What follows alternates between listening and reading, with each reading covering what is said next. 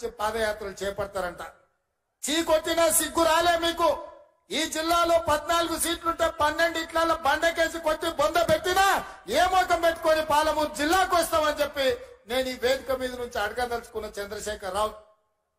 నువ్వు భీమా పూర్తి చేసినావా, నెట్టంపాడు పూర్తి చేసినావా, కోయిల్ సాగర్ పూర్తి చేసినావా, కల్వకుర్తి పూర్తి చేసినావా, SLB పూర్తి చేసినావా, దేవాదుల పూర్తి చేసినవా, ప్రాణహిత చెవెళ్ళ పూర్తి చేసినవా? ఈ రోజు 10 ఏళ్లలో 2 లక్షల కోట్ల రూపాయలు ఖర్చు పెట్టి ఈ రోజు ఏ ప్రాజెక్టులు పూర్తి చేయలే. ఉమ్మడి రాష్ట్రంలో సమైక్య పాలనలో జరిగిన అన్యాయానికంటే, ఆనాడు జరిగిన నీళ్ల దోపిడీ కంటే నువ్వు ముఖ్యమంత్రి అయిన తర్వాతనే తెలంగాణకు తీరని నష్టం జరిగింది. లెక్కలతో సహా పెద్దలు ఉత్తమ్ కుమార్ రెడ్డి గారు శాసనసభలో మిమ్మల్ని అడిగిండు, కడిగిండు, బండకేసి కొట్టిండన్న సంగతి ఈ వేదిక మీద నుంచి నేను చెప్పదలుచుకున్నా. మిత్రులారా, ఆనాడు ఉమ్మడి రాష్ట్రంలో సీమాంధ్రకు చెందిన ముఖ్యమంత్రులకు తెలంగాణ అంటే ఒక భయం ఉండే. ఈ నాయకులు ప్రశ్నిస్తారని నిధుల దోపిడీ, జల దోపిడీ పాల్పడాలంటే ఒళ్ళు దగ్గర పెట్టుకొని ఆలోచన చేస్తోళ్ళు.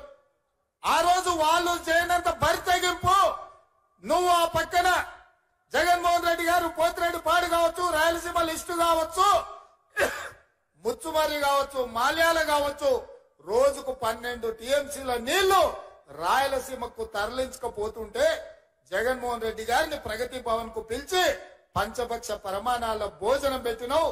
203 జీవో ద్వారా రాయలసీమను రతనాల సీమ చేస్తా అని చెప్పినావు.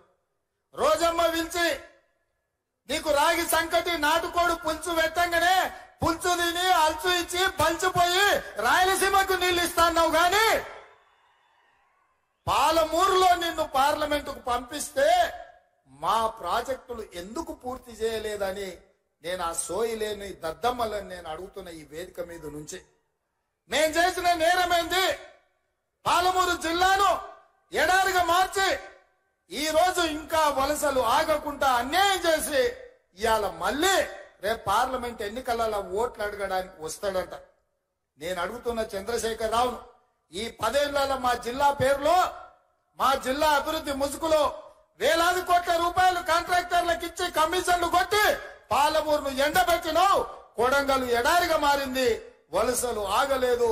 ఇవాళ మేము ఓట్లు అడగాలంటే కొడంగల్ కాదు పూనా పోవాల్సి వస్తుంది. ఎందుకు మా లంబాడి సోదరులు తండాలు వదిలి పూనా, బొంబాయి ప్రాంతాలలో నివసిస్తున్నారంటే ఈ ప్రాంతం ఎడారిగా ఉంది కాబట్టి మా బిడ్డలు ఇవాళ వలస పోతున్నారు. అందుకే నేను చెప్పిన, మీరు నాటిన మొక్క ఇవాళ పెద్దదైంది, వృక్షమైంది, రాష్ట్రానికి నీడిచ్చే పరిస్థితి వచ్చింది. మీరు ఆదరించి అత్యధిక మెజారిటీతో గెలిపించండి. ఈ రాష్ట్రానికి ముఖ్యమంత్రినై 70 ఏళ్ల మన గోసలు తీర్చడానికి పార్టీ నాయకులందరినీ ఒప్పిస్తానని నేను చెప్పిన. మీరు మీ మాట నిలబెట్టుకున్నారు. నేను కూడా పెద్దల అండతో, ఉత్తమ్ కుమార్ రెడ్డి గారి అండతో, కోమటిరెడ్డి అండతో, జూపల్లి గారి అండతో, దామోదర్ రాజనరసింహ గారి అండతో, ఇతర మంత్రులు పెద్దలు, ఉప ముఖ్యమంత్రి బట్టి విక్రమార్క గారి అండతో ఇవాళ 60 రోజుల్లో 5,000 కోట్ల రూపాయలు ఇవాళ ఈ గడ్డ మీదకి తీసుకొని వచ్చిన మిత్రులారా, ఎన్నడైనా ఎప్పుడైనా ఎవరైనా కలలోనైనా ఊహించారా నారాయణపేట కొడంగల్ ఎత్తిపోతల పథకం? నేను మొదటిసారి ఎమ్మెల్యే అయినప్పుడు 2014లో 69 జీవో మంజూరు చేయించిన. ఉమ్మడి రాష్ట్రంలో 7.10 TMCలతో 107,000 ఎకరాలకు నారాయణపేట కొడంగల్ ఎత్తిపోతల పథకాన్ని నేను మంజూరు చేయించిన. ఇది మొట్టమొదట కీర్తిశేషులు చిట్టం నర్సిరెడ్డి గారు, రాజశేఖర రెడ్డి గారిని అడిగినరు. ఆనాడు పునాదులు పడ్డ ప్రాజెక్టును 2014లో నేను మంజూరు చేయించుకొచ్చిన. ఉమ్మడి రాష్ట్రంలో తెలంగాణ ప్రాజెక్టులు, పాలమూరు ప్రాజెక్టులు ఆగిపోయినాయంటే అన్యాయం జరిగిందంటే అర్థం ఉంది. కానీ తెలంగాణ రాష్ట్రం వచ్చిన తర్వాత వచ్చిన రాష్ట్రంలో నిన్ను ఎంపీగా గెలిపించిన ప్రాంతానికి మంజూరైన నారాయణపేట కొడంగల్ ఎత్తిపోతల పథకం 10 ఏళ్లు పడవ పడ్డదంటే దీనికి దుర్మార్గం టిఆర్ఎస్ నాయకులు కాదా అని నేను అడుగుతున్నా. ఇవాళ టిఆర్ఎస్ ఒక కథ అయితే ఇంకా బీజేపీ వాళ్ళది ఇంకో కథ. సన్నాయుడెంబడి కొమ్మోడెంబడి సన్నాయుడు పడ్డట్టు బీజేపీ బీఆర్ఎస్ ఒక్కడై కూర్చున్నారు. ఇవాళ సీకట్లో ఒప్పందం, పొద్దుట పూట ఈయనతో మాట్లాడతారు, రాత్రి పూట వాళ్ళతో మాట్లాడుకుంటారు. ఇవాళ బీజేపీ వాళ్ళు కూడా ఓట్లు అడుగుతారు. నరేంద్ర మోడీ పాలమూరు జిల్లాకు వచ్చి వారు మాట ఇచ్చిండ్రు 2014లోనే పాలమూరు రంగారెడ్డి ఎత్తిపోతల పథకాన్ని జాతీయ ప్రాజెక్టు చేస్తా, నా బాధ్యత అని మహబూబ్ నగర్ గడ్డ మీద నరేంద్ర మోడీ గారు మాట్లాడిండ్రు.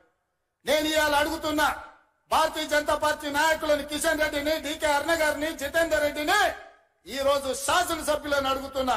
2014లో మహబూబ్ నగర్ జిల్లా హెడ్ క్వార్టర్ లో పాలమూరు రంగారెడ్డి ఎత్తిపోతల పథకాన్ని జాతీయ ప్రాజెక్టుగా ఇస్తా అని మాటిచ్చిన నరేంద్ర మోడీ 10 ఏళ్లైనా పాలమూరు ప్రాజెక్టును ఎందుకు పట్టించుకోలే?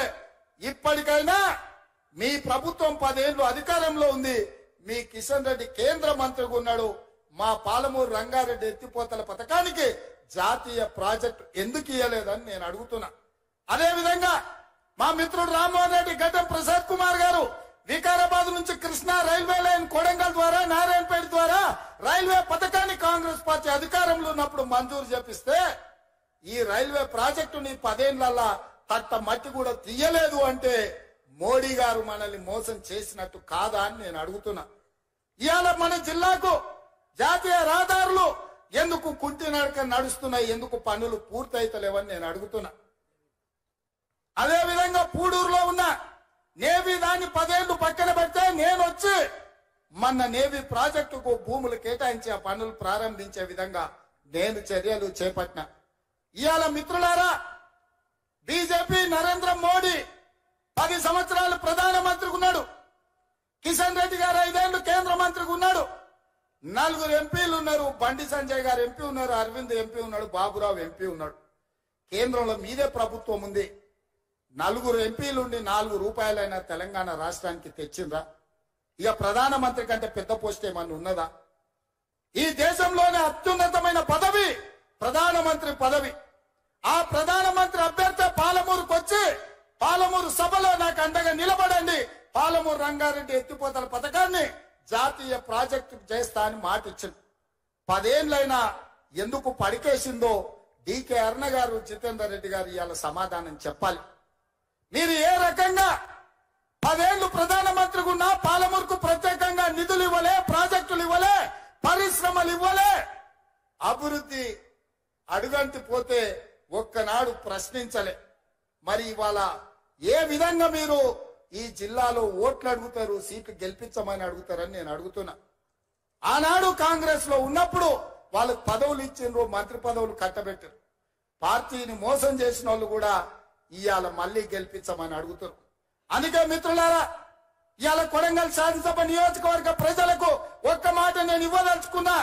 ఈ రోజు నారాయణపేట కొడంగల్ ఎత్తిపోతల పథకం కావచ్చు, మెడికల్ కాలేజ్ కావచ్చు, పారామెడికల్ కాలేజ్ కావచ్చు, నర్సింగ్ కాలేజ్ కావచ్చు, ఇంజనీరింగ్ కాలేజ్ కావచ్చు, మహిళా డిగ్రీ కాలేజ్ కావచ్చు, దౌలతాబాద్ బొమ్మరాజ్పేటలో జూనియర్ కాలేజీలు కావచ్చు, అదే విధంగా కొడంగల్లో వెంకటేశ్వర స్వామి మందిరం అభివృద్ధి కోసం 16.5 కోట్ల రూపాయలు మంజూరు చేయించినాం.